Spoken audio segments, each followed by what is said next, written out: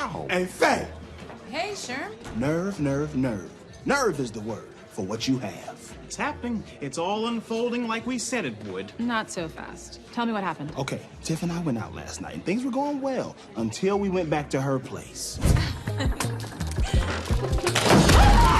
I don't understand. You had sex so good that you broke the bed? How is that a problem? The dope sex wasn't the problem. But afterwards, this woman had the gall to send me a Venmo request for half the bed frame. Can you believe that? Wow, are you really that cheap? I'm not cheap. I'm principled. Kristen and I break the bed at least twice a year. We take that as a sign of how strong our relationship is. You should split the cost. So I just want to start off. I'm actually a viewer of the show myself, so it's so exciting to get to see you guys today and get to speak to you all.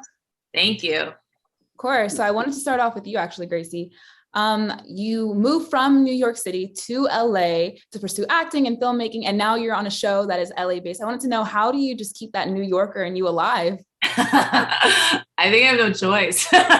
This is in me. It's so funny because I've been in LA now 13 years, and I still, when I meet people for the first time, they're like, "Are you from New York?"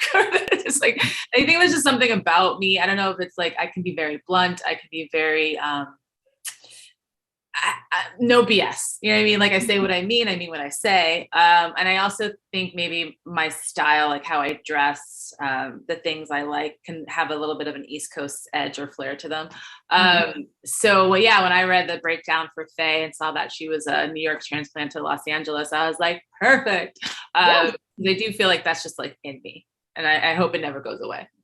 Absolutely. And being on a network show that has an entirely Black ensemble is a win for all of us, but specifically you represent, the Afro-Latinas, both on screen and off screen. Like, what does it mean to you as an actor?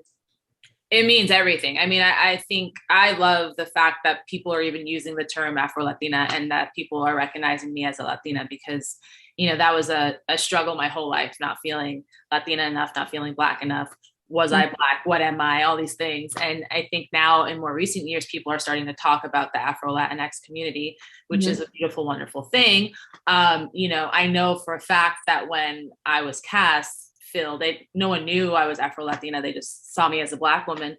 But we have had talks about it. And if we do get a season 2, hopefully, we do want to explore Faye's character as being Afro-Latina and, that Black experience, which is a different Black experience than being African-American. So yeah, I'm super proud to be representing for all the Dominicans and Latinas out there for sure. Absolutely. And Justin, to you as well, like, what does it mean for you to be on a completely Black ensemble cast? It's an extreme blessing. I came mostly from doing theater. And then in the theater world, I'm mostly playing, I have, a lot of Shakespeare background. So I'm playing, mostly white characters and commedia and all that stuff, doing white characters. But I very rarely in my career have ever played someone who is Black. And it's strange. Like it's like people don't really realize that like I've done that maybe twice now. This is the third time I've actually played a Black person. But for me, coming from where I come from, I'm from Arkansas. I come from, in almost the middle of nowhere, Atkins, Arkansas, from farm country. And for me to sort of have my journey of where I've gone to and to kind of land there, it's something else. It's something else. And then to be able to tell a story from a piece of myself, a side of myself that I don't normally get to explore, which is, one, being a married man, and then getting to explore the vulnerable side of my Blackness. So, yeah. Absolutely. And we've seen you on screen in drama roles, mostly like When They See Us and Succession. I wanted to get to know, how was it like filming a lighthearted show and just like a comedy on as Wyatt on Grand Crew? Justin's definitely the most serious out of all of us. He is the actor. I take my comedy very seriously. Which is why you're so funny, though. That is why you're so funny. Like I said, I've done a lot of theater, and so like a lot of the theater I do is kind of comedy, even if it is a serious drama. If I'm doing like a Winter's Tale or a King Lear, I'm always trying to make it funny, because I think that's where the deepest, most heartfelt moments come from is if you're approaching something with a really intense, specific heart to it. And so for me, when I get to do something that's funny and fun and lighthearted, I almost go into overdrive trying to make it very specific of why it should be funny or what I'm trying to actually say, because I still want to touch something someplace somewhere. And then sometimes I'm just posing by a jukebox doing weird stuff, but it's so fun. But yeah, because I did do When They See Us and work on that show. But yeah, that's an intense show.